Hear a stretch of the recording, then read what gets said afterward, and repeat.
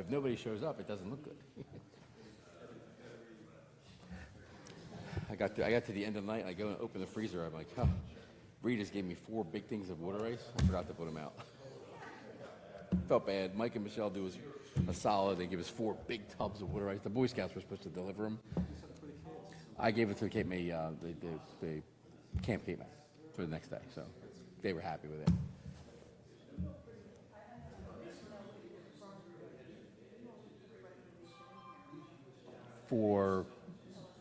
Yeah, I'm good with it. I just, if you don't need me, I'll buy. I got plenty of stuff to do.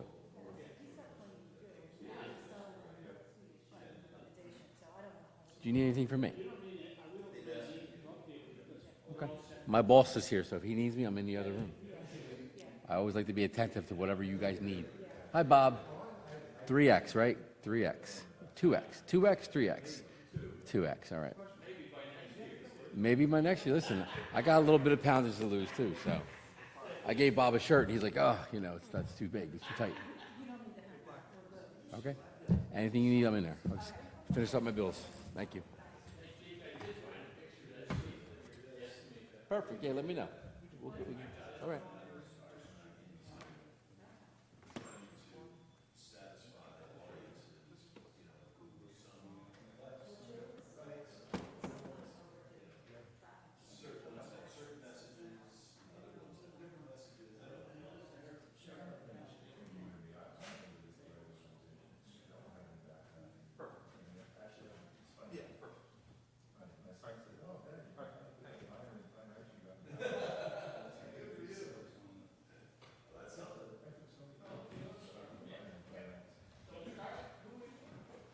For Sarah, Job, and Kelly.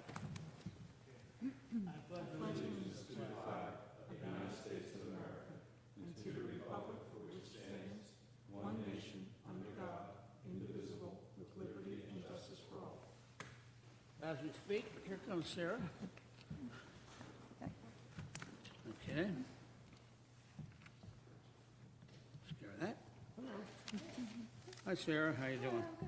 Good, good, real good. Okay, let's start with, Paul, so you don't need to hang. Hi, Kelly. No, you don't need to hang. Let's start with the overview of the comprehensive fee increases. If you could do us a little bit on that, how it's going. I won't say a comprehensive fee increase. I think that's a misleading fee analysis of it. Oh, okay. So we, I've asked Kevin to update it based on a 5-year synapse for CPI, and I anticipate having that meeting next week with Kevin, Aaron, and Maureen and myself to go over our recommendation. We're planning on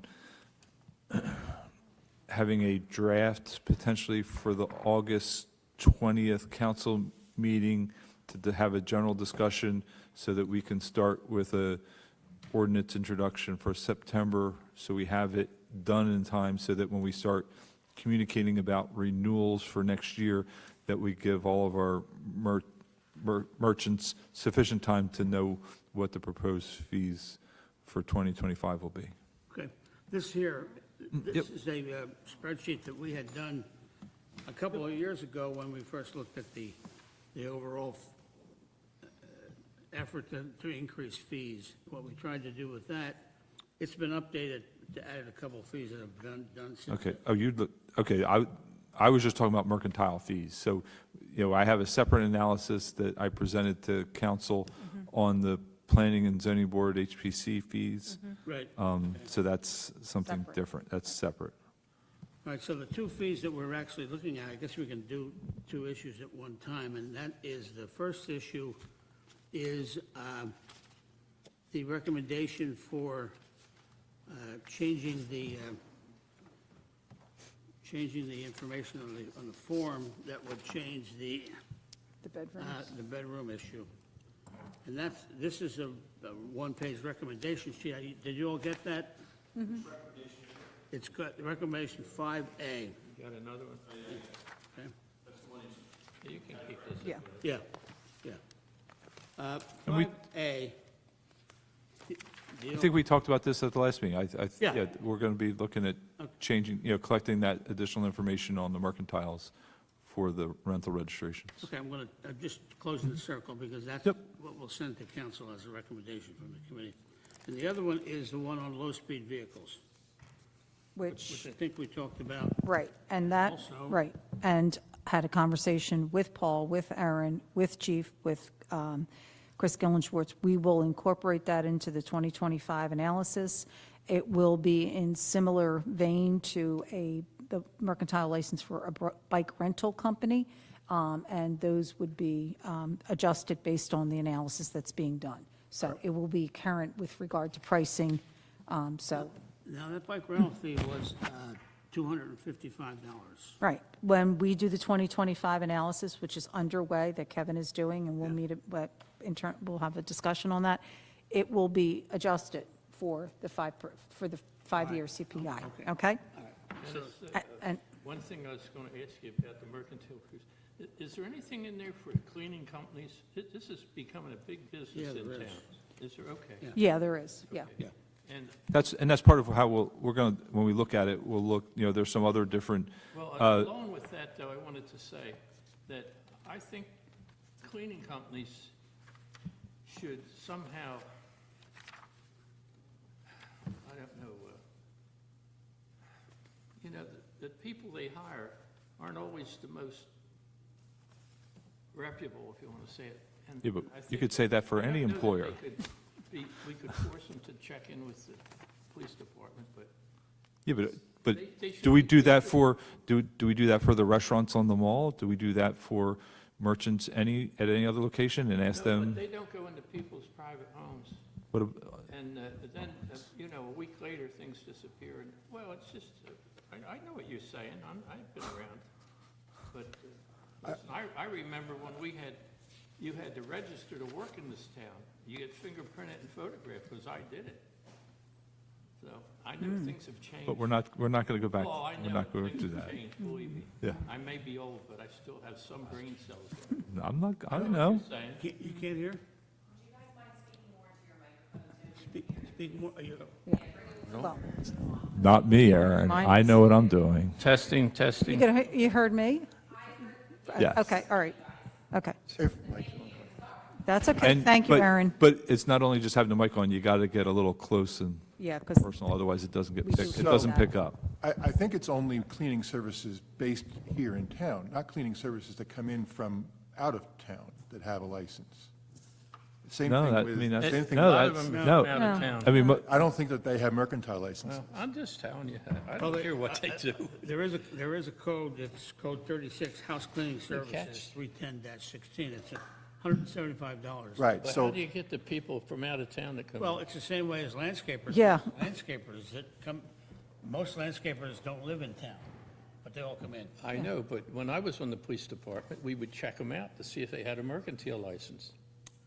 Paul? if we'll put the word out there, and, it's no different than landscapers and the other contractors, and But we don't do things to make it easy for so ourselves. landscapers. Why don't they get a decal and put on their truck or their trailer? So the police or the Sure. guys Code who are enforcement. supposed to be checking this out can drive by and say, oh, he's got this year's license. and maybe we can look at doing, Well, I'm just, I know other towns telling do you, that. Paul. Other towns have a decal for their I'm not telling you how to run mercantiles. your town, I'm just telling you I- some suggestions. I don't think landscapers from other towns have mercantile licenses anymore either. And they should be. So I guess maybe what we're saying is that the LSV issue is larger than just LSVs. It's licensing anyone that comes into the city to do business. Well, the only difference is we have a license for these folks. But But- the only people that get them They're are not the getting it. businesses that are based in No. Cape May. No, That's not true. Marty. They're out of town. Well, I'd like to know how many cleaning companies got a license this year?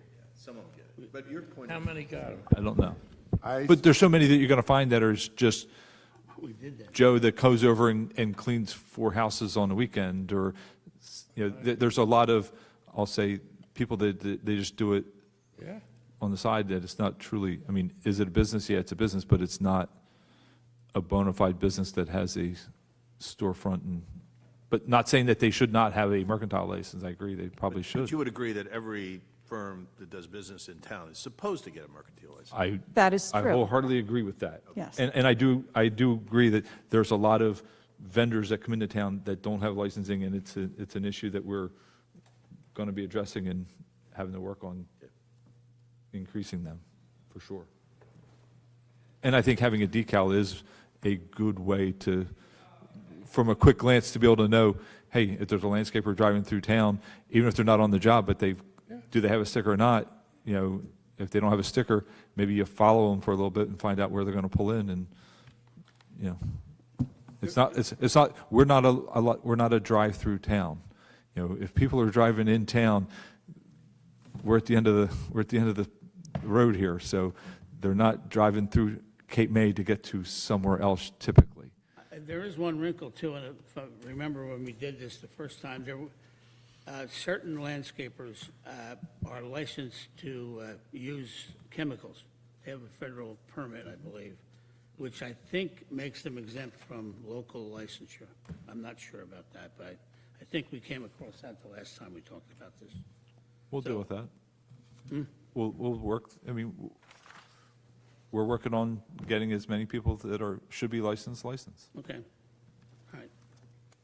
Okay, and if you would, I think I'd like to suggest to the committee that we keep a track of this, because it's as comprehensive as we can make it. We may have missed a couple of fees somewhere in the code, but this is as comprehensive as we can get to all of the fees that are imposed on folks, how much they are, and specifically when they were first enacted, so that we can make sure that our inflationary adjustments are keeping up with fees across the board. Okay? So Dennis, Yeah. I know it's a separate recommendation on the LSV licensure recommendation 7A, Yeah. but that says the same thing that I thought Paul just said, which is if they do business, they're supposed to have a mercantile license. And that is, in fact, just what he If said, yeah. that's the case, then is the recommendation the fact they should get it, or the fact that there ought to be some method of double checking that they have it? Well, They're supposed to get That's it. the second issue, and that's enforcement. Because to me, I'm not sure that this recommendation is necessary if Paul's saying. Well, it's a follow-up to a recommendation we made 2 years ago. No, I know that. Right.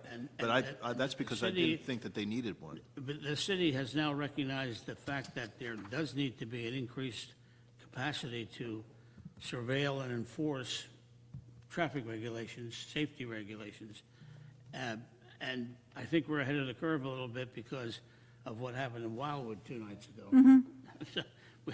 Which is the very thing we were saying, how are you going to police that sort of thing? And so now we're going to have an ordinance Yeah, but- which requires, But I disagree. I think we're already on the forefront of that. The mercantile is just a formality. You know, our police chief has been very active in working I'd with like the to make LSV sure- community. Yes, And I'm the so, one that you know, brought this you know, to the so- forefront with the safety pamphlet and Right. meeting with So the we're already, Yeah. I think we already have a good connection with the vendors that come into the town and rent, drop off Mm-hmm. LSVs.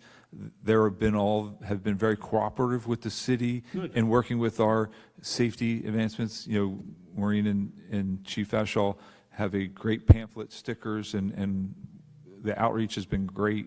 We're now partnering with Lower Township to kind of have a joint combination to make sure all of Cape Island is covered, you know, with these, you know, the LSV. So, you know, the mercantile, you know, is really superfluous, just a final record keeping to acknowledge what we already know, and is just to have Being that done, formal, yeah. hey, document who they are and Right. that we are. We meet have with them all every registered. spring.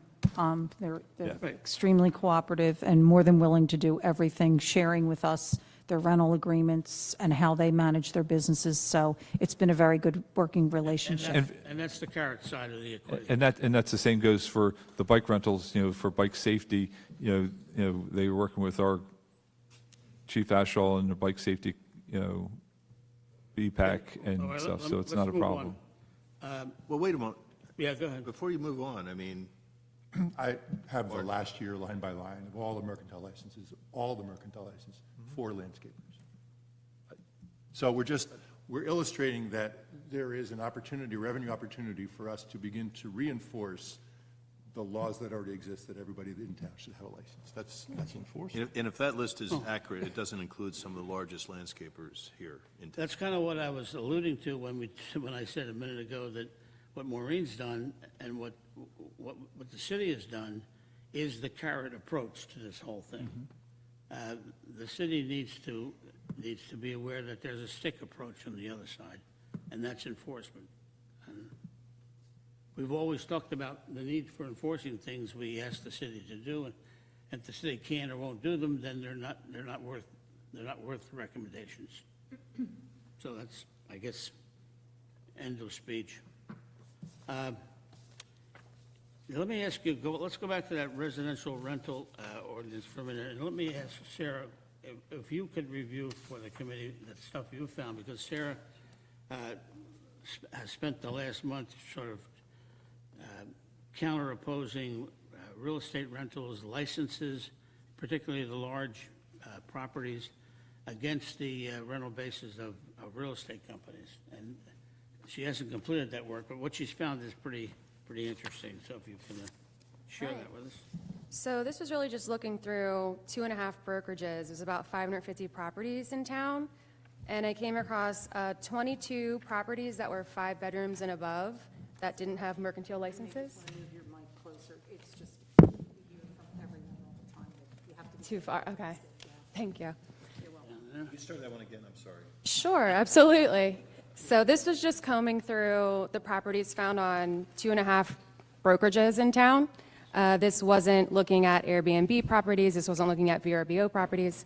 And I came across 22 5-bedroom and above properties that didn't have mercantile licenses, and 44 properties that were less than 5 bedrooms that didn't have mercantile licenses. So it was 15% of the properties at just one brokerage that didn't have them. Sarah, can I ask, what was your source for, investigating and finding this information? Sure, absolutely. So I just went to the different real estate brokerages websites, and then I clicked their rental listings. Yeah. I went to the different real estate brokerage websites, and then I clicked the real estate properties rentals. And then right through there, I could see all the different bedrooms, and I just compared them to a master sheet that Dennis had sent me. And that was current through what period of time, Dennis? The list that Sarah was using as a source That was the current list for this year.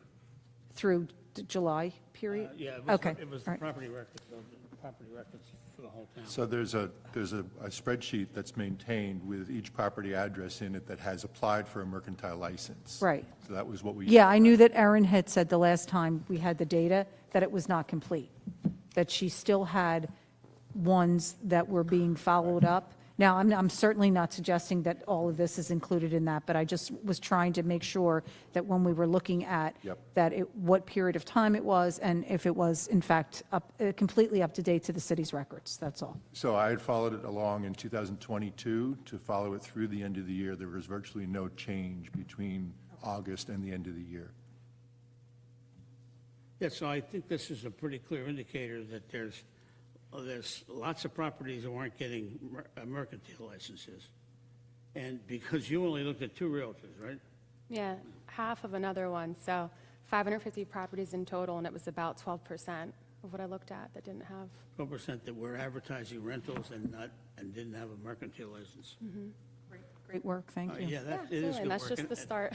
Yeah, I'm glad Lot you more did to that. do. I'm glad Yeah. you did that, because we've always said that if we don't do something like that, we'll never be able to understand how important Yeah, our well, license. to understand what the gap is, quite frankly. I mean, it's always been sort of not knowing what the denominator it really is, so And this is excellent. It gets down to a fairness issue again. Well, and we've talked about that this is really an equity issue, and making sure that everyone's, playing by the same rules.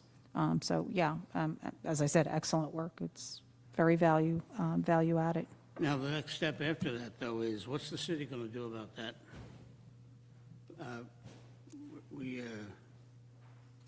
I'll be happy to take Well, let's- their That's information. a copy of a copy.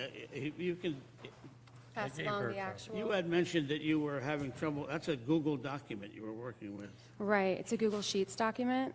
Can you transfer that into just a straight? Excel Sure. sheet? Yeah. Google documents are more difficult for those of us who are Microsoft Word. No. I'll send that over. Yeah, all right. Okay, send it to me and I'll get it to the, Okay. all right? Thanks. Okay, Martin, you had something on beach tag revenues? This was a leftover from last meeting. Yeah, so before last meeting, I had taken a look at the different categories of sales of beach tag licenses from the different sources. So we have Jersey Tag, we have the Tax Collector's Office, we have Beachfront. And I compared the first month of this year's sales to the same period last year. And there was really one thing that jumped off the page on the analysis, and I'm a little hesitant to reach conclusions on the basis of 1 month's worth of information, especially since 4th of July wasn't included in it yet. So truly, summer wasn't in there yet, but same period last year to this year, there was a significant increase in daily tag sales and a corresponding decrease in weekly and three-day weekend tag sales. So from a revenue perspective, to a certain extent, I think that's good that there's more daily tags because it's I would call it the highest profit margin tag because the expense is the same whether you're paying $10 for 1 day or $25 for a week for 8 days. So the city realizes more from daily tag sales on a per tag basis. But once we have the additional data, which I need to Oprah to get the updated spreadsheet, I think that there's some conclusions that we can also reach about the strain that puts on the city when you see a significant increase in the number of people that are coming in just for the day. There was an editorial in the Star and Wave a week and a half or a week ago, and Jack theorized that it was the hot weather in Philadelphia and other regions that were bringing more people into the city and causing a traffic problem. I've heard from people around the city that, especially at 3 o'clock in the afternoon, there's significant traffic delays now here in town that we haven't experienced before. Well, it would make sense that if you're coming in and using the beach for the day, that's about the time that you would be seeing a significant number of people leaving from the beaches. Yeah. So I think that it's interesting when you see significant shifts in buying behavior, and I'll be interested to follow up, and I'll report more once I have the July data, because I think that will confirm whether it was just something really temporary or whether there has been any type of significant shift in behavior in Cape May City. Well, I can report that through July, I just got the numbers, we were up over 600,000 in beach tag sales as a whole.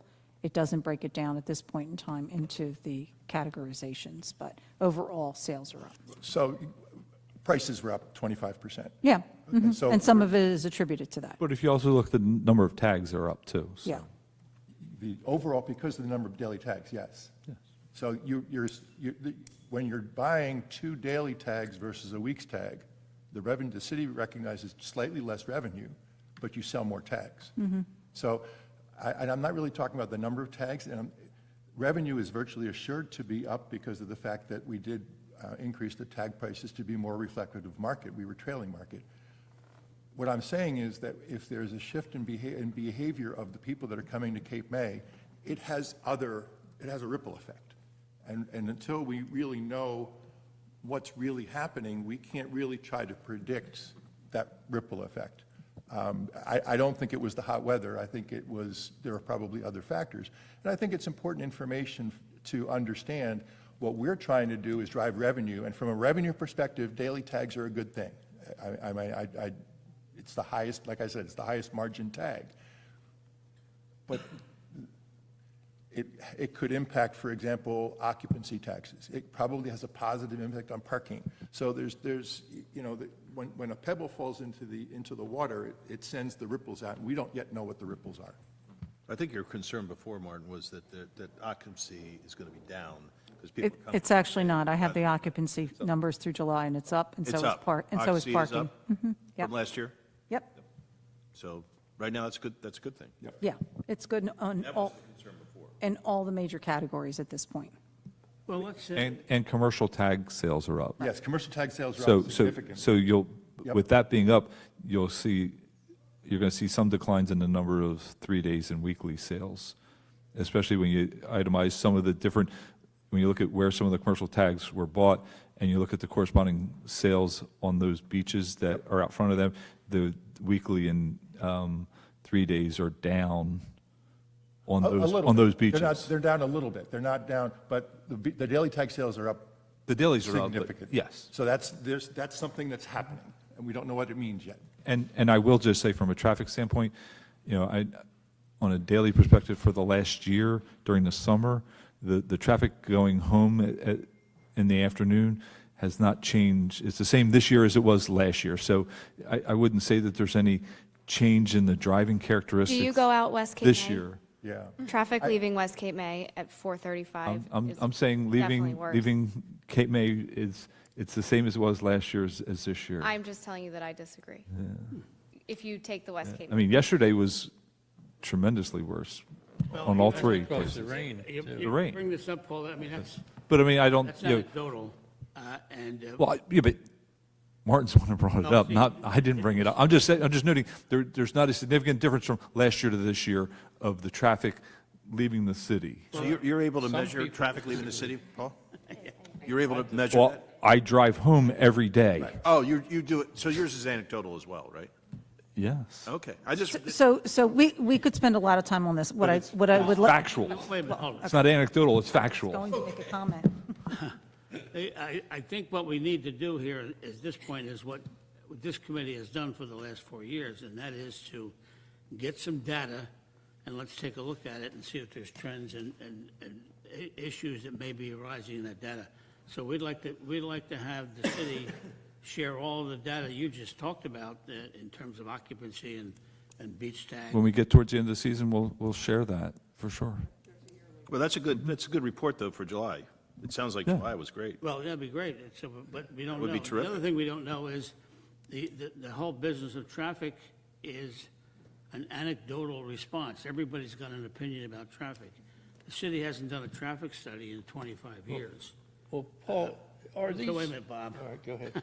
So maybe we ought to suggest that there be a traffic study so that we don't have these opinions floating around about what road's crowded and what road's not crowded. I think, to me, the better way to do it would be to actually have a traffic study, and in particular, a traffic study as it relates to parking in 2024 and 2025.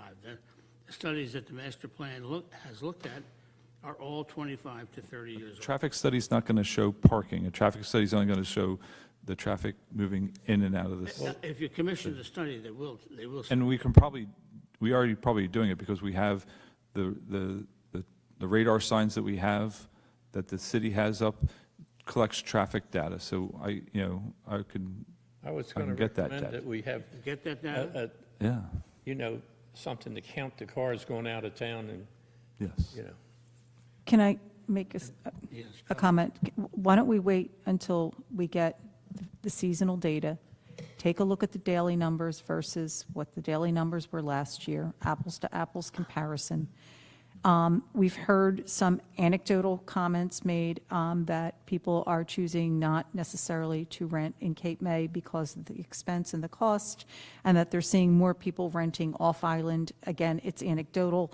So I think rather than jumping to all of the conclusions, it would be best if we really had the full picture of this season versus last season, and then say, really, what are we seeing? What's standing out to us? And planning around that. And then, Dennis, then going back and saying, maybe a traffic flow study might make some sense for us as a planning for next year. But I think rather than, because I think we all have our experiences. I've been on the west, going out that town. I live down at the east end of town, so I know what it is when it's, storms are rolling in. So, and all of a sudden, it looks like I-95 in Philadelphia. So I think we all have had those experiences and have heard those things.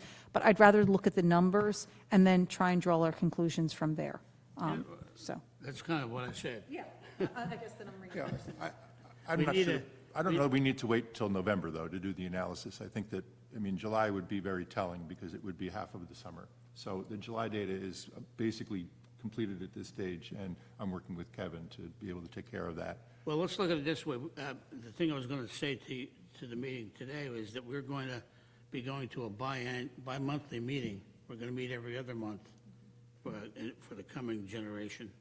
And so let's have the city data collected and given to us shortly after Labor Day, so that by the October meeting of this committee, we can have some sensible conversations about what data is. We've never done anything with conversation or opinion in this committee. We've worked with data, we ask where the data takes us, and we make recommendations. I don't think we should get ahead of ourselves. I think the Texas Avenue situation is my own personal experience, because my family lives there. It's a nightmare, and I go there every day at 4 o'clock, but that's just another anecdotal story. We need some data, and we need it as shortly after Labor Day as we can get it, so that we can make some sense out of it. Not just that, but revenue from all of these sources. We need to know whether or not the recommendations we've made are bearing fruit, or whether or not we need to change the recommendations.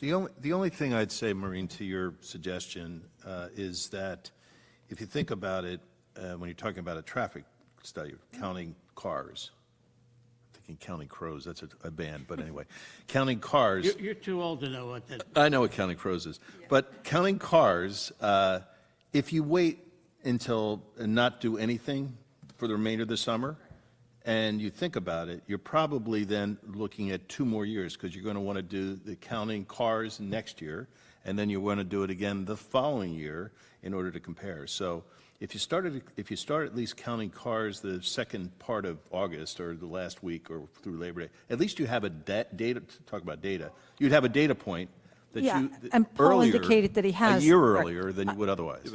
I think counting cars is just a very minor.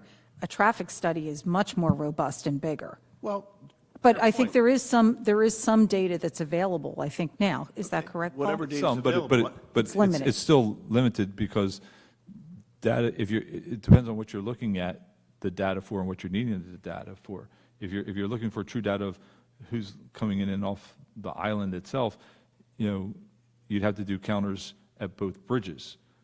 The data collection that we have are, you see where the speed collections are, so they're inside. So if I'm collecting, even 1,000 feet in on Lafayette and Washington, I get both lanes of traffic that way, but it's not accounting for, traffic coming over the bridge that's going out towards, I don't have any way to capture traffic that's coming in and out of Texas Avenue at that same juncture and point, because how you do a traffic study to analyze intersections is different than you do analyzing just flow of traffic on a singular point on a road. So That's a fair point. so Then maybe, when you're establishing a traffic study, as an engineer, you look at what's the purpose of it and then what you're doing, because you're going to put your counters and your analysis points at different locations based on what you're trying to focus on.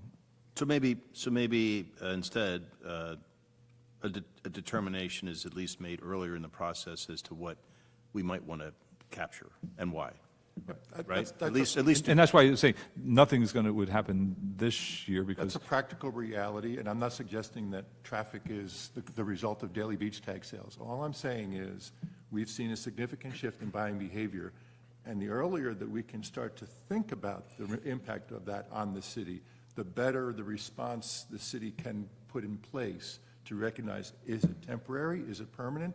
It gets you started to thinking. That's what I want to try to do, is just provide the information to you so that you and city administration can start thinking about, what does this mean for Cape May? Does it mean we need more traffic enforcement? Does it mean we need more parking meters?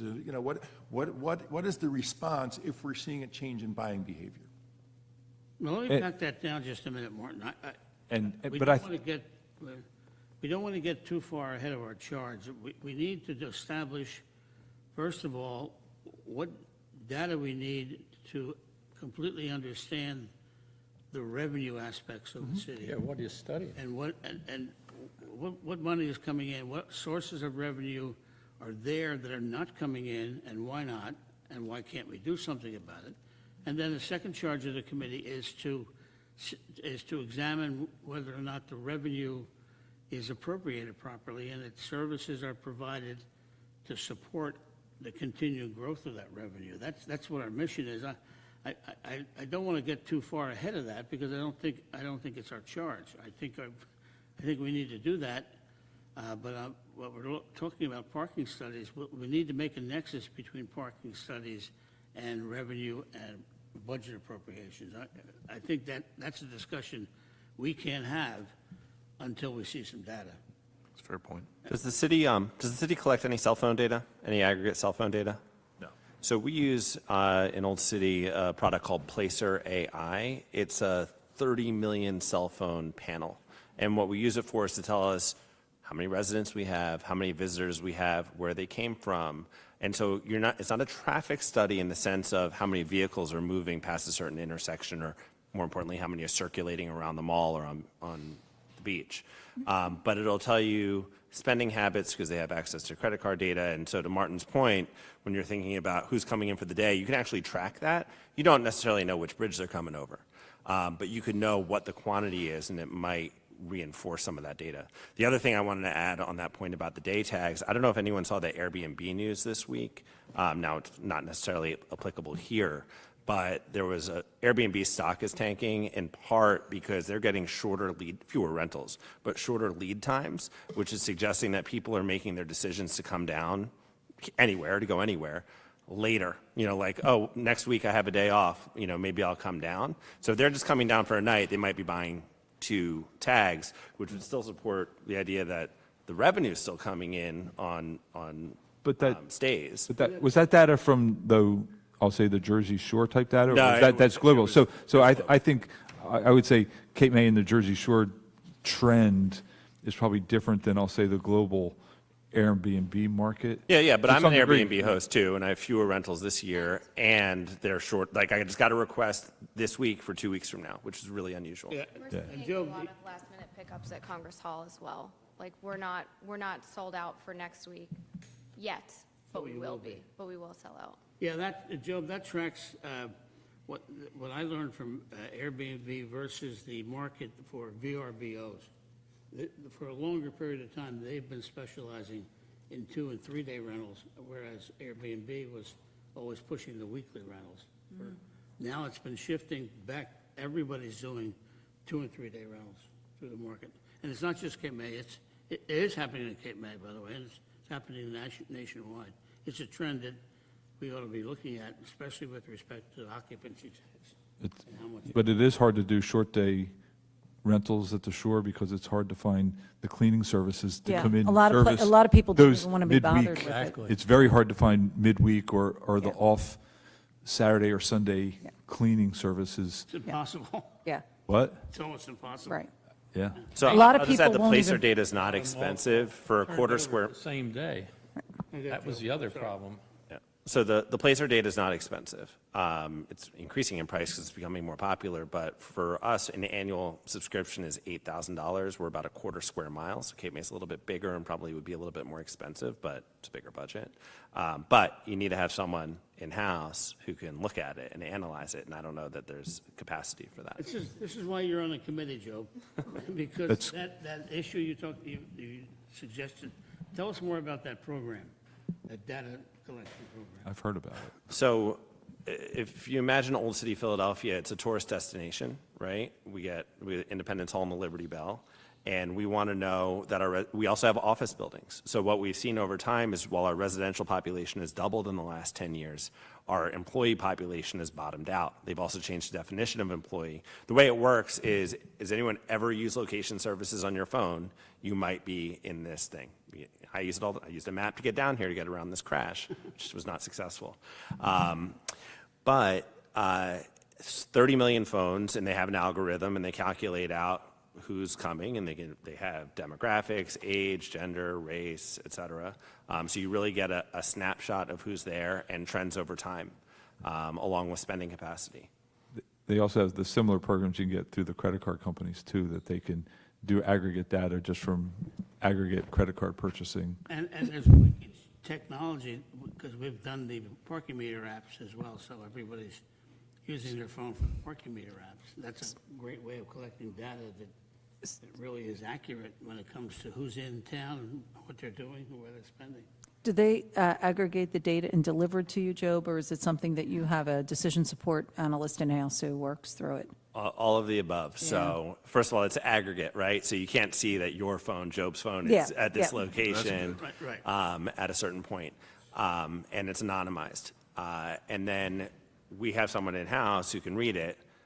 It's just a web platform. So you go in and enter what you're looking for. You can generate an automatic report. But if it becomes more complicated, there is support. And it's about 50-50. Yeah. Sometimes we run a monthly report and we want to see how trends have changed, what time of day people are visiting. You know, that's the type of thing that informs traffic, right? If you see that your busiest times of day here are at 3 o'clock, that might inform how your lanes are configured at that time of day, and you end up changing that over time. And that's the data, if you ever go on your Google Maps and you pick up a restaurant and they say, oh, this is their busiest times, that's. That's cell phone data. That's Right, that right. aggregated data. So now we're back to a data collection system that's going to help us make all kinds of decisions on revenue and spending. So let's, as a committee, explore the recommendation that we might want to have the city buy that system or get involved. Well, I want to, making the recommendation, but also understanding, there's got to be someone at the other end of the line who's going to be supporting and analyzing that data. And- And at present, just to include in your, at present, that person doesn't exist. So it's just not a one, it's just not a purchase. I think needs to be. And an what data appreciation. are you looking for to drive what Yeah, all decision? this- So it's not just, you have, getting a whole bunch of data, Paul, all these questions obviously. What are you looking at? what are you looking Paul. for? What's it? All these questions obviously are going to be Right. asked and answered, but the process by which a system like that gets incorporated But into. it has to be, I have to say that like that because this meeting is being streamed Yeah. and being picked up, and then the next headline on the next Star and Wave is, oh, the city's going to collect all this data and know who's coming in and out of town. So, Right. Dennis, my I say it recommendation for a would be purpose that either the committee or as the much city as anything. explores, has a conversation, gets a pitch. That's Yeah. what we'd like to. Yeah, this But was. not a recommendation. I didn't hear that the recommendation was to buy. I heard a recommendation to explore. Thank you, Russ. And what, Thank you. and what you would do with it. Once you have all this data, what are you going to do with it? What are you gonna do You're going to double the parking fees from X time to Well, Y time? Are you going Russ, to, reverse the question.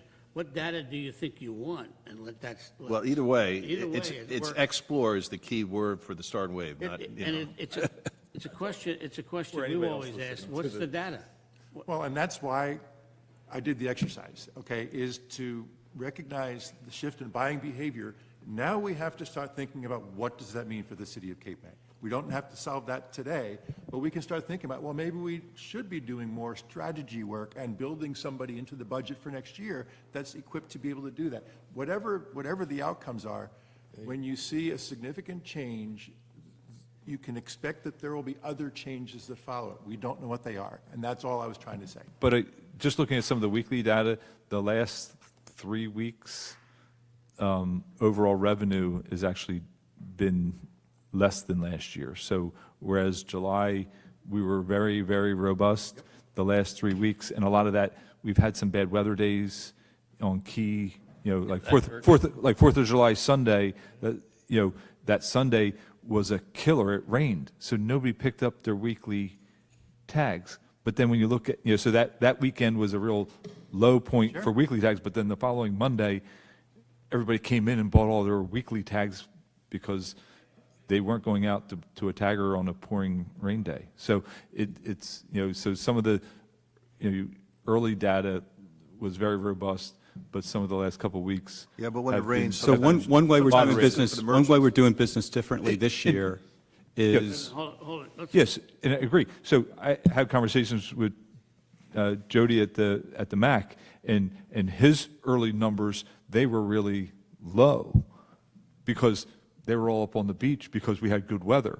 These last couple of weeks, I bet you if I have a conversation with the MAC, their numbers are puffed up why I because they're doing other things. And I think that's the positive thing about Cape May is we have things to do for regardless of those weather things, the city may lose out, but then other venues within the city pick up and have a benefit. And that's why I It's- said I'm hesitant to draw any conclusions from 1 month's data. Yeah. I'd like to see the July data so that we can see, did it continue or did it curtail? Yep. So Paul, one way we're doing business differently this year compared to last year is digital beach tag sales. So the data you're providing, will you be providing a breakdown for Yeah, digital beach tag the sales summaries compared that to- Martin so- started looking, yeah. Because look, buying behavior could be changed. I mean, we're talking about things anecdotally, but some buying behavior can change as well because people may be buying beach tags in advance when coming down, or because the behavior is different than it was before, it may affect the ultimate sales in some way, the total numbers of sales. So I think it would be helpful for us to have the total number of the digital sales as well, just to compare. We are aggregating that data separately, our physical sales and the digital sales, so that we can track those numbers, because we want to see how they are doing individually. Okay, because in that way, look, we can compare apples to apples from 1 year's numbers compared Yep. from last year compared to this year, even though Yeah, it's because of the price difference, We're it's tracking. never going to match up. We're tracking both. Okay. So, Thank you. do I hear a recommendation from the committee that we begin to look at that system that Joe was talking about, so we understand what it is and what it does? And, Well, I think, again, from my perspective, it's not just looking at the system, it's understanding if we had the data, or what will this help us solve Yes. for our Well, committee? that was my gonna say- Yeah, I mean, that's, I was going to say that next. oh, okay. I know, it's almost like we have this, The recommendation let's take a look at this system, and then secondly, let's find out let's determine what data we need to look at. that would be helpful to our committee, to your point about our mission. Yes. Which is about the revenue side. Exactly. Yeah. Well, I think that goes back to, from the city standpoint, input from Paul as far as what we should be looking for. If we're going to be talking about this type of system, what particular issues should we be looking at? So I think that's a key part of this. Right. And then the tail end of any recommendation we make as a committee is going to have to speak to Maureen's point a minute ago, which is, if the city's going to do it, then it's going to have to spend money to make sure that it's done properly. The enforcement and the staffing is critical on everything we're recommending. If we don't have people doing it, if we don't have people doing what we were doing here with Sarah, you can't expect Sarah to do that every day. But in doing that, for example, we've been able to identify people who ought to be noticed and fined because the city said, if you don't get a license for this year, you're going to have to pay a penalty. Well, it definitely shows the gap. It definitely shows gaps that we need to look at, for sure. Yeah, well, not just look at it. Well, it verifies, what everybody was thinking. It narrows down, hey, there is that true gap out there, that the gap does exist. Not just anecdotally, but you have solid verification that the gap is there. And it comes down to enforcement because this was the second year. The first year was peaches and cream. The second year was, come on, let's do this. If you don't do it, you're going to be penalized. This is the year where we have to penalize people because that's the only way enforcement works properly, as you know. They were all notified. So Sarah, not to put you on the spot, but I'm just curious, are you going to continue with this effort? Yes, I want to Okay. continue it. And along those lines, I was just thinking too, do we have a list of all the commercial beach tag property owners? Like, is it every mercantile I'm licensed owner? working on that. Okay. I'm working on that. Only because. Because then- sometimes we It's- don't it's always not- know, sometimes we don't always know when they come up, who they are necessarily. They don't have You to kind of identify generally know, It's a known- because I typically, see. when somebody's coming in and buying 50 commercial tags, they're usually purchasing them with a corporate check, so we kind of, Got it. we know. Okay, Those aren't usually our cash customers. that makes sense. But others are just, give me 4 commercial tags because big- they want them for a The rental. big houses get Okay. commercial tax, but also people who rent houses, B&Bs, they get them too because it's a commercial tag.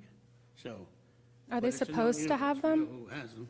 So if you rent a property and you offer that as an accommodation to your guests, you should be purchasing a commercial tag. Okay, because one thing I have heard anecdotally is that some people are circumventing that by buying daily beach tags. Well, that's fine. Okay, Okay, but what's not okay is buy a seasonal tag and give it to their guests. gotcha, okay. I was just wondering if that's why the daily They numbers were higher. they could do a daily, then actually the Then city is better off revenue-wise. You use it this week, and then they give it to the next person, you know. I hate Got it, to, got it. Yes. I hate to beat a dead horse here, but going back to what Sarah has done, That's what hurts it, the city. it shows clearly that there's a problem. But Sarah shouldn't be tasked with this. No, no.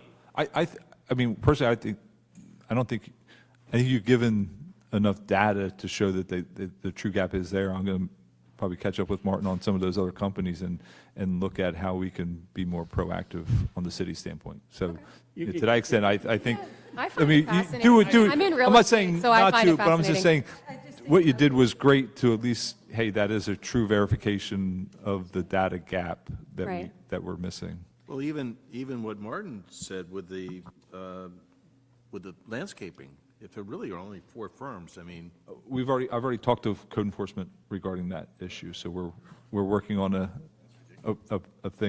process for that. So we've already identified that one. They could be at the bridge at 7:45 in the morning and just take. No, they're driving around town all the time. All you have to do is just pull over and basically say, yeah. I mean, that's one thing, since they are out there doing other activities, it's not that far-fetched. Let me, if you will, are we all right on that recommendation in terms of Job's idea? Okay. I'll draft that up and pass it around to you, so, just so you know what we're looking at. what is that system called again? Placer, so the website is placer.ai. AI, oh boy. All right, Martin, you had on the agenda from last time some update on parking app. Do you have anything there? No? Okay. No, I wasn't mine. Okay. All right, you're off. You're off the agenda. Speaking of that, let's, I sent around some documents which I found, actually sections of our ordinances, and it's in conjunction not just with penalties incurring, penalties given rather for failure to comply, but it also attaches to the mercantile licenses, because if somebody is running their house and they don't have a mercantile license, they're already subject to a penalty under section 310-15. So I passed that around to you. Does anybody have a copy of that? All right. The bigger issue is the other thing I passed around, which is Article 3 of the code. Did everybody get that? they have it. Article 3? Article 3 is the general code for establishing penalties. And if you notice, we're looking at fees as a form of revenue to make sure they're current, updated, accurate. We also need to look at penalties, because the last time this city did anything about setting penalties was 1997. And if you read the document, you'll notice that not only is it stale in terms of the calendar, it also has some ridiculously low fines in it. For example, in section 1, whatever those fines are for whatever that violation, not to exceed $1,200, $1,250.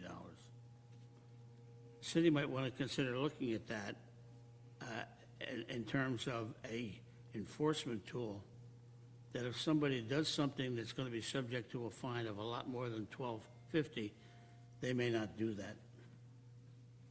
So, we need to yeah, recommend it. yeah, and Dennis, I'm going to ask Chris Gillenschwartz to take a look at this and maybe provide some, Right.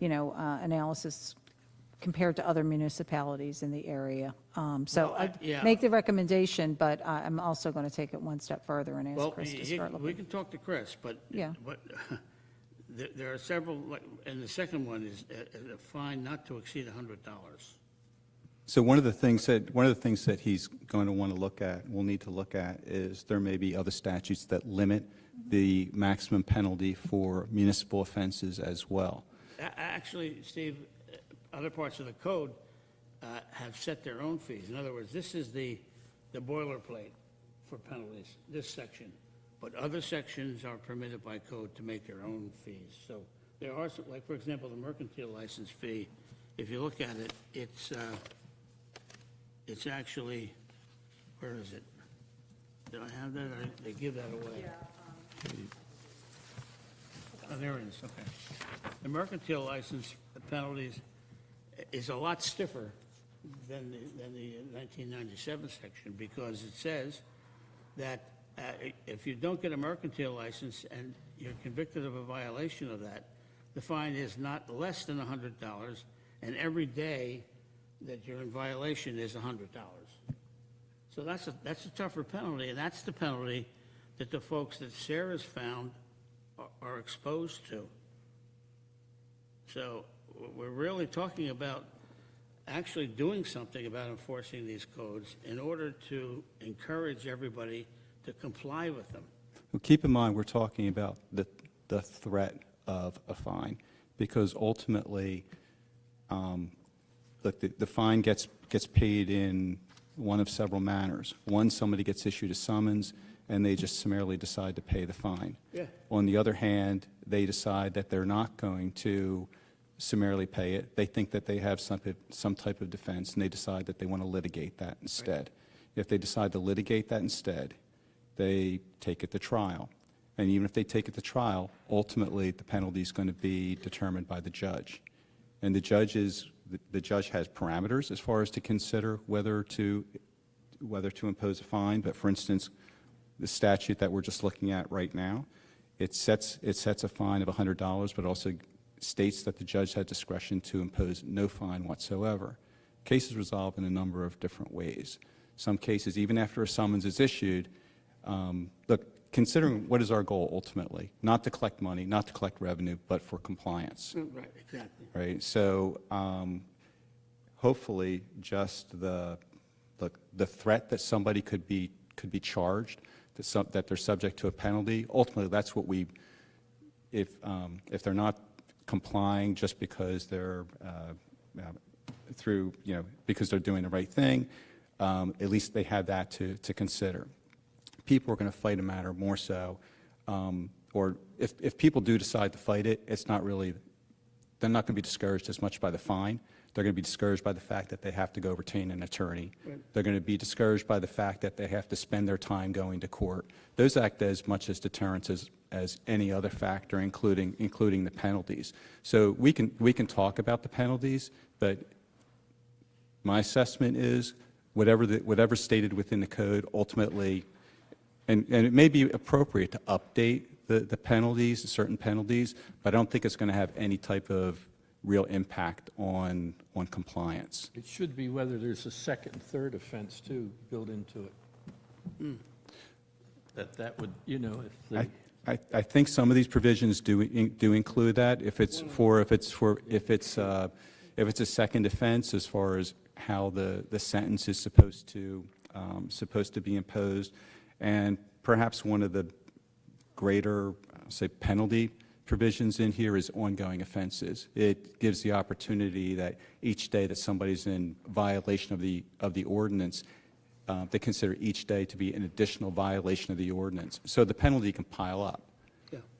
So that can be a deterrent It's factor. hard to prove how many days, Yeah. Well, and Notified, isn't it usually It once you're depends on the notified? Yeah. yes. So it would act based off the data in a couple different ways. One, look, if when these matters are a summons is initially issued, that happens after there's some type of investigation done by one of our enforcement officers. So typically what would happen is an enforcement officer may go out there and say on July 1st, you were notified that you needed to have a mercantile license. It's now August 1st. You haven't gotten a mercantile license. So there's evidence, they could be, by the time this goes to court, if they still haven't gotten a mercantile license, it would be considered an ongoing violation for that period of time. It's So- not the period of Well, time, if- it's whether they came in and cut a lawn, then that would be a violation. Right. So But you couldn't really charge them with every day from the time they were Right. notified. From the Well, city's it comes perspective, down to, as far as, look, if there's observations, so what's going to happen is this, you have to prove your case. Yeah. So they're going to come in and they're going to say, prove your case. Keep in mind, the flip side of the coin is, if matters are litigated, then it means more court time. It means that more that's- court times means that, more court time with the judge, the prosecutor. It means our code enforcement officers are going to be sitting in court as potential witnesses on matters. so let me jump in here. So what we try to do, and this has been not just now, but, code enforcement, zoning, and construction office, when we find a violation, our purpose is not to fine and collect a fee. We're not looking to, those penalties are not a fee generator in any form or fashion.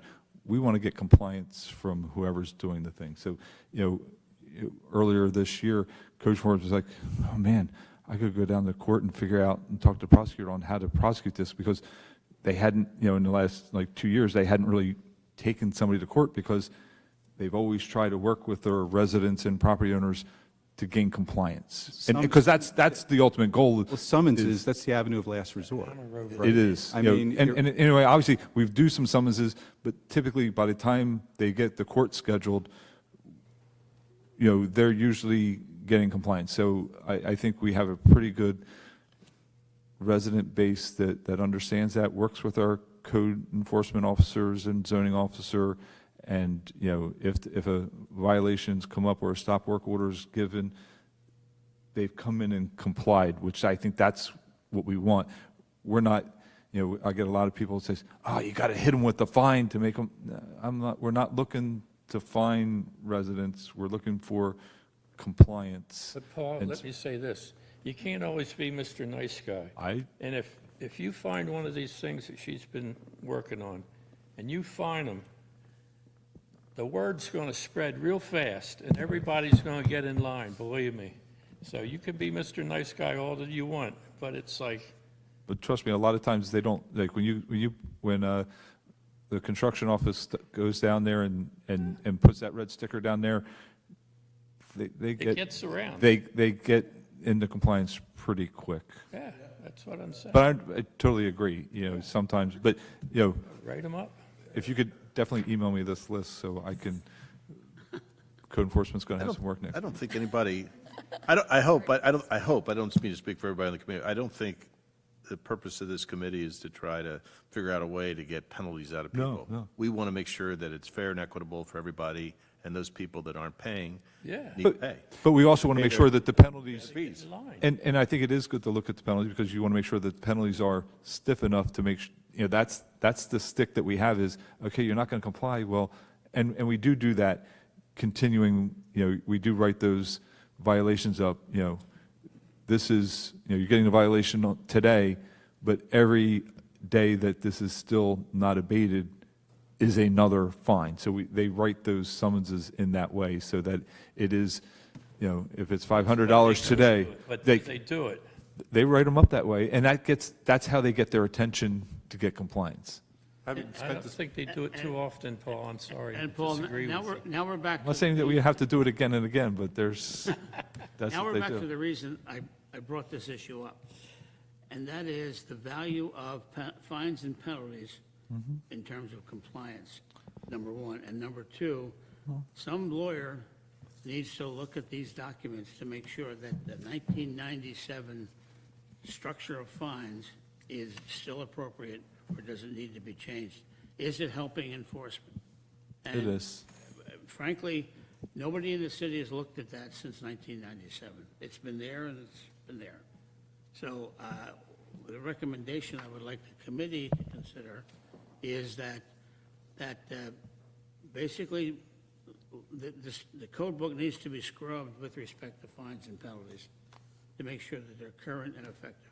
Dennis, can I just add one thing, which is that if you're looking at that, so that you are not sharing a meeting here on the same subject in 20 years, if there's a way to build indices into those fines so that it just indexes with inflation over time. So we have discussed that in the past, Job, and one of the goals with doing this with the other fees that we discussed, is that there will be a 2-year analysis. So every 2 years, we've been behind on that. There's not been a rigor and sort of a business acumen associated with that in previous administrations, and our goal is to include that as part of the routine, so that there will be sort of a calendar that says every July, look at the fees associated with this, because, you understand that the way it rolls out, we have to put an ordinance together, revision, publicize it, and then provide due notice to everyone. So Paul and I have talked about that, which is one of the reasons why we're trying to get this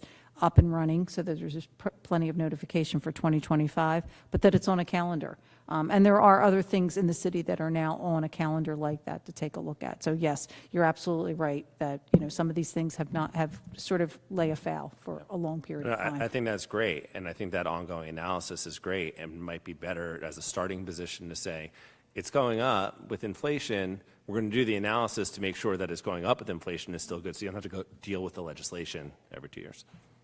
So just a quick look on Google says that the maximum fine for an ordinance can be $2,000. I mean, ours says $1,250. So it looks as though if that is something that could be explored as far as increasing that amount. So it's It's consistent with the logic of the committee's mission to look at everything connected with revenue, its value and enforcement, and its currency. anything But that I- helps but I lead would- to compliance is a plus. But just by this fact, we haven't that penalty is working because we haven't had to go to court to make sure that it's enforced. So, the penalty that's there is this stick because they didn't want to pay. And just go to the point of, what happens when zoning violations, somebody starts doing work on their house, we send them a zoning violation, oh, you didn't get a site plan to do something. Everybody says, oh, just send them a fine and that'll do it. What happens is you send them to court, you get in front of the municipal judge, and then the applicant says, oh, here, I'm going to submit my site plan application. And then the judge says, all right, we'll give you a month to submit your site plan application. They submit the site plan application, and then the judge dismisses the case. So that's typically what will happen in these types of that cases. will, The judge It's- will have to work with us, that's. But then it goes, in, We always but that's what I'm saying, it's not a matter of just leveling the fines. Sometimes you don't level the fines because the judge dismisses the case because we've gotten compliance, and that's just going. And Well, Paul, how about the case on Stockton Avenue now? That went to, they appealed that and it went to court. So now, are they just going to let them off the hook? Are you talking about locale? Huh? Are you talking about locale? no. Yeah, 5 Stockton Place, I don't. What- Anyway, let me tell you a story, Paul. That don't make any difference. When I was a teacher, I was monitoring a test I was giving to a class of students. And just for fun, I said, I just saw somebody cheating on this test. Now put on the top of your paper that you were cheating, and I'll let you go. 7 kids put that on their paper. And I appreciate you letting me go. No, I'm sorry. And the point of that story is, if the city announced, just as a hypothetical, if the city announced that we are increasing the fines Yeah. for anything, let's say anything, and we're increasing fines, and there will be increased enforcement along with it, that's a shot across the bow of anybody who's currently not following the rules. And that has a great deal of value. So, in that respect, we'd like you to look. How about if you put their names in the newspaper, too? No, just say, look, we're increasing our If you're fines getting on that compliant activity. by next week, we won't fine you. Those folks. Let's see, what do we got now? I think we've covered everything except business improvement districts. Now what? You had 2 other, you had the charter bus fee Well, recommendation. that was just a summary of what we had agreed to last month. Let me give a brief update. Was that already submitted then? It will be submitted when we all just pass. Well, because the only reason I bring it up, when I read it, and I know you like the word stale, but I don't know, there's a sentence in there that says, while council is in process of examining all fees to regularly adjust for inflation, these newly adopted fees remain stale and unjustified. I just thought that wording of that might be adjusted a little You bit. think that's a little harsh? Yeah, something like these newly adopted fees remain at prior levels and don't appear to be set to cover operational costs or something. And I'd like to give an update to that because that is in fact not completely accurate. We met with MAC and we met with the Chamber of Commerce after the last meeting. And we discussed the change in workflow in the process for the registration of charter buses coming into the city, which will now be under the primary umbrella of MAC. And just, I'll try and make this brief. Previously, as you are aware, this was under the chamber. They went to a paper process when they came off of the registration system. We are going back to an online platform that MAC will be responsible for. They've already launched it as of August 6th. The 15th, it'll go live. They are taking all of the paper registrations that the chamber has collected for all current buses that are registered to come in over the next couple of months and loading them into the system. What we discussed with MAC and with the chamber is there's a change in workflow, there's a change in work effort.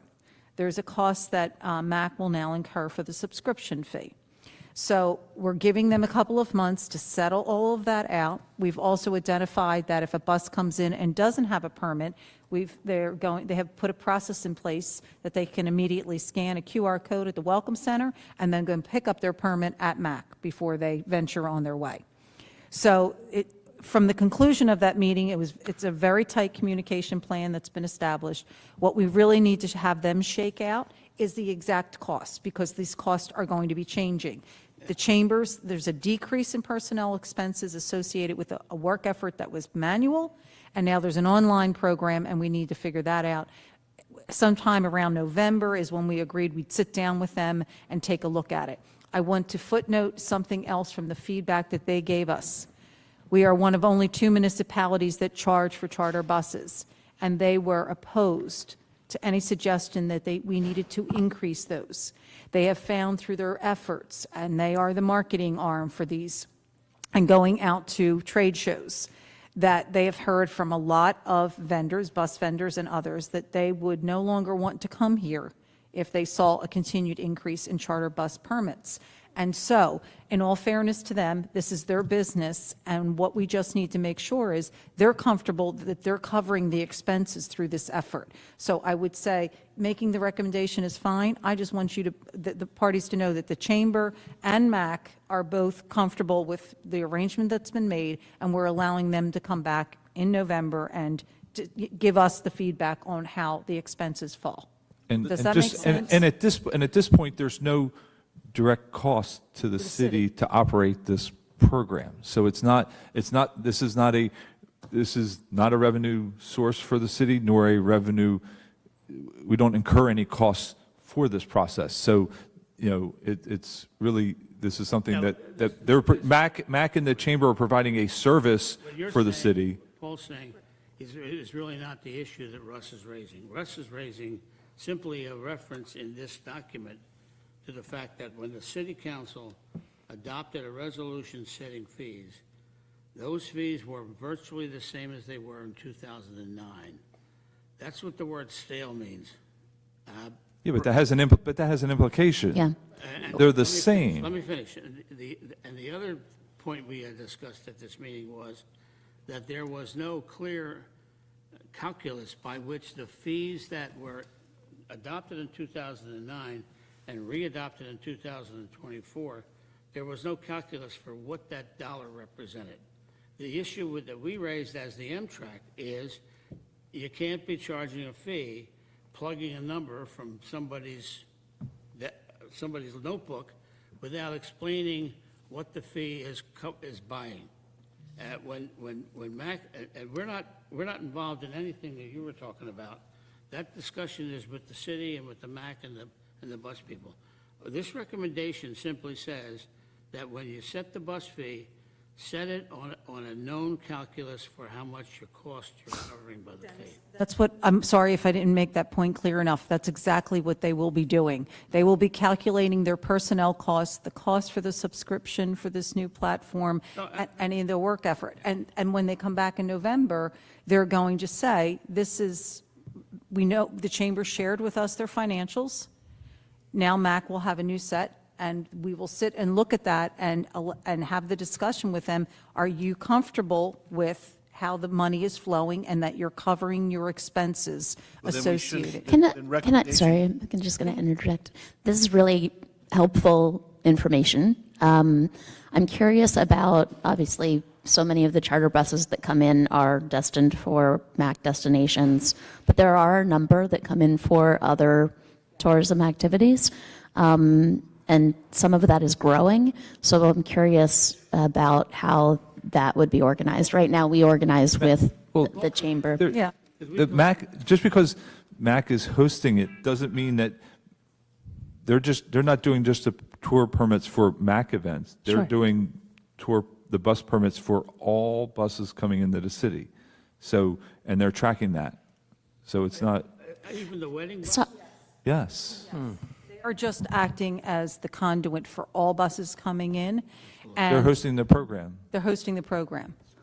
So that's great. But And there's no then cost. just situationally, because the Welcome Center is the hub of transportation, I guess that question around they're going to be able to use a QR code, they'll still be Yes, so able what to. MAC has done is, if a bus... They won't have to go to the Emlyn Physic Estate. No, to- let me, okay. no. So they have to register, and if they came in without having registered prior and did not go through the process that they should, they will be able to go online, register, but they will have to go pick up their permit to put into the window of the bus before that they could go on. MAC has said it happens all the time. The buses come through there all the time, and it should be an exception. And the reason why they felt that it should be done that way, and again, this is their core business, is because, and Chamber felt the same, was because they don't want to have them continuing with, not complying.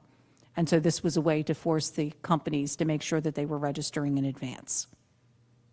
The big tour buses, are they going to bring them into MAC, or how are they going to work that? So right now, some of them come into the Welcome Center, and some of them come into MAC based on the destination. If they're already registered and have their paperwork, some of them go right to the hotels, right? Right. So they're just the primary hosting of the platform for all buses coming in. Yeah. I don't want to take us off course, but just logistically, I think they're probably going to find that it'll be helpful for them to have a presence at the Welcome Center and not be sending all of the buses over. We to- can't really speak to that. So, I mean, that they may find, Cindy, that is a better effective use, but this happens so infrequently, it may not be conducive for MAC to do that. So we really have to allow them over the course of the next couple of months to sort of work through and understand what this is. Where's the wedding bus group from Rhode Island? Where do they go to register? They Online. register online. Online. Online. All right. So it sounds to me like recommendation 19 ought to be put on hold Put on hold? until November, right? No, I just wanted to give you an update. the recommendation, it doesn't need to be put on hold. We do want them to have a fee based on cost. That's all. Whatever that fee is, we're not saying set the fee, we're just saying, I think that's fair enough, yeah. All right, but that's fine. Right, which is what we're working and towards Okay. to do with, again, maybe it's TMI because Mtrac doesn't want to get too involved in that process. We made it clear at the last meeting that we're not part of that process. We are encouraging them to do it, but when you do it, the thing that comes out of it is a fee that's based on cost, that's all. I just thought it was important that I give the update to share with you that was the result of the meeting. Well, then you're to blame for the meeting running too long. No, I don't think so. I definitely am not. Dennis, before we get to the bids, one of the items that you included was the beach concession agreements. Yeah. Recommendation 18, where do we stand on that? Give an update? Well, we're going to make that recommendation to the council at their next meeting. Well, It's over. the Well- if I could, Well, I get it, but Mtrac has always wanted to make recommendations. No, I'm not saying to make a recommendation, I just wanted to give you a follow-up from what you asked me to do at the last meeting. Okay. That was all. I was asked to provide a summary. You can do that. me too.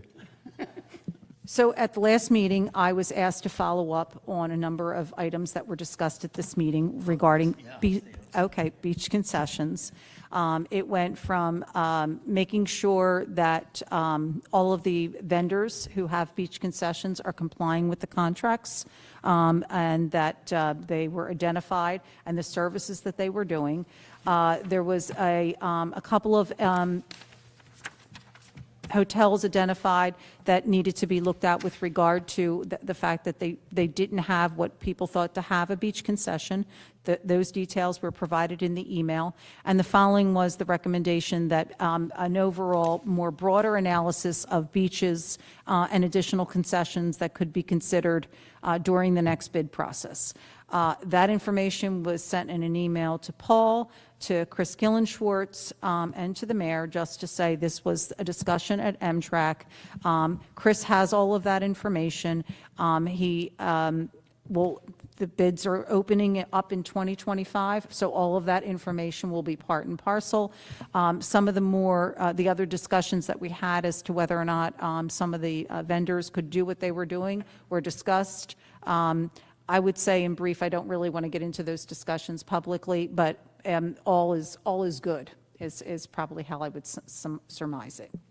And I can talk offline to any member of the committee. I just don't want to get into a public discussion. Okay. The only thing I would just mention is, it's not included in this, but it was a discussion that we had, a topic of discussion last time, which I thought was a good idea, was, look, we're talking about something that's going to be based off of, we know that there's certain costs the city incurs for inspections and other matters. We had discussed the idea of a minimum bid as well, and that's not mentioned in this. That might be something that's just part of that overall discussion, but it's not included in here, so I just wanted to bring that up. In the contracts that are in effect right now, there is a minimum bid. Yeah. And all of the fees for each of the contracts are at the minimum number. Okay, so are we doing an assessment as far as what the minimum bid should be now, keeping in mind We haven't been asked to do, we have not been asked to do that, so I would make the recommendation that you want to council, and you could incorporate that as a suggestion that Mtrac could do that, but that was not part of that was not a part of an original task. But that is part of the recommendation, though, because the recommendation says that the fee should be set to cover the costs as calculated by the city's analysis of cost factor. So the recommendation is that the fee, just like the bus thing, the recommendation is the fee be based on the cost that the city estimates. So it's cooked into what our recommendation Yes. is? Okay. Yeah, it is, actually it is, yeah. What was I going to say next? Oh, bids and SIDS. What we wanted to do eventually, and probably this is a good time to take a 2-month gap, the next thing we wanted to look at was the whole idea of business improvement districts with respect to the original code that created them. How effective are they? Are they covering the cost of city services provided to the members of the bid? I think last budget, I think I sent it to you, that there was a list of general fund appropriations, which were essentially used just to make the mall better, and whether or not those kinds of calculations be put into the fee. The other thing we wanted to talk about is the concept of a business improvement district a good idea for places like Beach Drive? And to be able to provide that environment with things that the city isn't doing now or can't do now to make that a better place. So we had asked Callie and Job to take a look at that, and they hadn't had a chance to meet, but do you have any thoughts on that before you actually begin your study? My pre-study questions. So just as a reminder for everyone, I'm the executive director of a business improvement district in Philadelphia for the last 10 years. And by way of background about bids in general, bids were created in like the late 60s, early 70s in large cities in response to population decline, leading to a decline in city services. So think about a downtown with a lot of office buildings. Suddenly cities stopped sweeping their streets or planting, whatever they were doing to make the aesthetics better. So the large commercial property owners got together and said, let us tax ourselves. Let us issue an assessment so that we can provide these services, so we can keep people in these offices and keep people coming. Now, obviously, Washington Street doesn't have that size, but once that mall was created, it sort of made sense. There's additional amenities going on Washington Street with the planters and the fountains, brick repaving that doesn't really have to happen elsewhere in Cape May. But at the core of it, the question I have when you ask about Beach Drive is, do the commercial property owners want that? Is that something that they see that they would want to pay in? And that's usually who drives the efforts to create a bid. Not a recommendation from an outsider. You could always bring it up, but say, hey, you can provide these services if the city will authorize your existence if you want to collect together and put it down, but it's not necessarily an external recommendation. And That was, yeah, and that was my the question. Washington Street Mall was, or the business improvement district there was an external recommendation. The state said that a bid needed to be created after the city spent X dollars improving the mall. So I find it hard to believe that the merchants on the beachfront would be willing to do this for themselves. They would have done it already. Well, that was That's going to be my my high question. level. I didn't know that much about it. I mean, lived in Philly for a long, worked in Center City, so understood how that, especially around the Chestnut Street area. But for me, it was sort of, didn't look like it was an external, I won't say imposition, but an externally created sort of idea, that it was more a genesis that would come about from people, businesses believing that this was going to add value to a centralized location. Beach Avenue, to me, or Beach Drive, doesn't necessarily kind of lend itself to that, because you have hotels and, sort of motels, and then you have restaurants, and then, it's a very broad conglomerate of services that are being offered up there, including city property and convention hall, so I didn't see, when I was trying to understand how this would come about, I didn't see the cohesiveness around that. Washington Street has, centrally located with several blocks, just kind of made much more sense. And I also understand that there was a discussion at one point with sort of the commons across the street, and they didn't really have an interest in. Yes, so the mall merchants have looked into expanding the business improvement district. Right now, it's the north side of Carpenter's Lane, the south side of Lyle Lane, and the malls, and then the cross streets, that are between those barriers. And there was buy-in from the south side of Carpenter's Lane, but not Washington Commons, because they're already getting all of the same services through their lease with Cape Resorts. So, yeah, it doesn't make sense for those merchants. Based on these statements, is there any, what's the value of you doing any other additional work? Well, I'm just curious.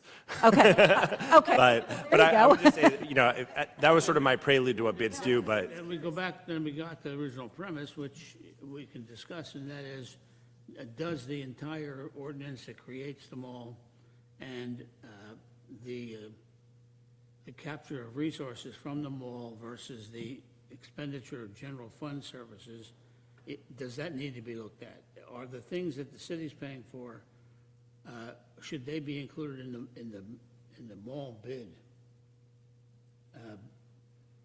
Because there is a bit of a crossover from expenditures that look like, that come from the general fund, but look like they're just for mall improvement. There certainly are things that the city has paid for that are not, I can't say that they are exclusively used on the mall, but they are majority benefit the mall. But we operate on about $80,000 a year. We have a minuscule budget. So, to replace the street sweeper, that's 3 years of budget for us. Things like that. And the trash cans are very expensive, but they do need to be replaced as well. So I think that, we can look at it, but I don't know how much you know, how much room we really have, what the, Well, and also there's an intangible here that the value to the city in having. Exactly. In having that. So, I mean, and you can't really put a dollar amount to that. There's sort of you want to have that aesthetic when people enter onto that area for that pedestrian walkway for those blocks. So, while I appreciate, wanting to look at it from the dollars and cents, there's a dollars and cents that's not really, it's that downstream that can't be really, it's intangible in my opinion. So I'm not sure that you could you might move the needle a little bit, but I'm not sure that you're ever going to, fill that gap. That's my Any other opinion. thoughts? Anybody? What do you want to do with this? Yeah. Russ recommends let it go. Anybody I else? think so too. Second. If the businesses aren't screaming, Anybody else? Okay. Dead as a doornail then. Now, you see all the work you just avoided? That's great. All right, that's fine. Let Job work on Placer. You still have to come to the meetings, though. Okay, does anybody else have any? honestly, though, I'm really glad to know about Dennis, this one piece place of stuff, 'cause housekeeping. Yes. So bi-monthly is, Housekeeping, everybody. bi-monthly is one of those words that's confusing. I thought you meant we were going to a twice-a-month schedule. No. Why would we be going to a bi-monthly schedule? Because I want to slow down just a little bit and regroup in terms of issues and research. I don't think we need to meet every month. And it's also difficult for folks to get here every month, even though we've had membership, not attendance problems, let's say. And I want to try and avoid that if I can. I want to be able to have long-range fair warning for the meetings, get it on everybody's schedule, and make sure we're here. My observation is that the meetings have been getting longer. And so if we go to bi-monthly, I can see these becoming 3-hour meetings to be able to talk about everything that we want to talk about. So I don't, Maybe the chairman ought to start banging the gavel, I don't know. I wouldn't want to lose momentum as an organization. No, I hear you, but also gives us a way to highlight the big issues that we do have a concern with, keep them on the forefront. We don't need to make up stuff to talk about. Yep. There's lots of stuff to talk about, and I think if we tailor the meetings to a bi-monthly discussion of the big issues we're tracking, and if anybody else wants to come up with a suggestion or an idea that they want on the agenda, we can put that on too. Because there's stuff in the can that we've already discussed. We're approaching 20 recommendations, and so far the city has acted on about 6 or 7 of them. And so the next phase of Mtrac's life might be that we need to remind the city that those recommendations were still there, and maybe we'd like some explanation about why they're not moving. Well, yeah, I mean, if the city's not interested, they're not interested. We ought to prioritize the ones that we think are most important. Right. The other thing I'd say, and I understand your concern, is that I think when you really look at it, we probably have been meeting bi-monthly already with the canceled meetings. Yeah, for the last 3 I mean, to be honest with you. months, yeah. The only thing, I hope we go back to 4 o'clock, That was my question. Who wants because the 2 o'clock is Who wants 2 going to be o'clock? tough. Anybody? Nobody wants 2 o'clock? Anybody want 4 o'clock? Everybody? 4 o'clock better? 4 o'clock's better. Okay, all right. Yeah, 4 o'clock's better. All right, we'll meet every other month at 4 o'clock in this room. Anything? You're going to have to get somebody trained on starting and stopping the meetings then, because we don't always have personnel. Definitely won't have personnel at the end of the meetings, but even at the start of the meetings, the city hall closing at 3:30, you're going to have somebody here on your committee that's Would you, trained and operated to start and stop the meeting. how about a 3 o'clock start time? Be better than 2. Yeah, 3's good with me. I'm not saying to adjust your times, I'm just saying you'd have to have staff, if you want to live stream your meetings, you got to have somebody Is that all right with you, 3 to o'clock? turn it on and off. 3:30 then? Can we do 3:30 then? Well, they're They're walking closing out at the door, that's 3:30. not really fair, to be honest with you. Well, they just have to kick off the streaming, right? So if they did that at like 3:15? Start at 3:15. Well, actually, she did start the Later. meeting about 20 minutes early. too. So that, all right, let's come to a decision on this. I don't really If she care. starts I at, live across the street. if she I don't starts care at what time it is. 20 minutes early, maybe do a 3:30 meeting, and then she can start. early. 3:30? Is everybody okay with 3:30? Yeah. That works for everybody? Okay. We just need you to, 3:30, someone will just have to press stop at the end. the second, That'd be bad. it's the second Thursday of October. And I have already asked Aaron to update. Okay? All right, motion to adjourn? Second Thursday of October. Got it. Okay. Okay. I don't know.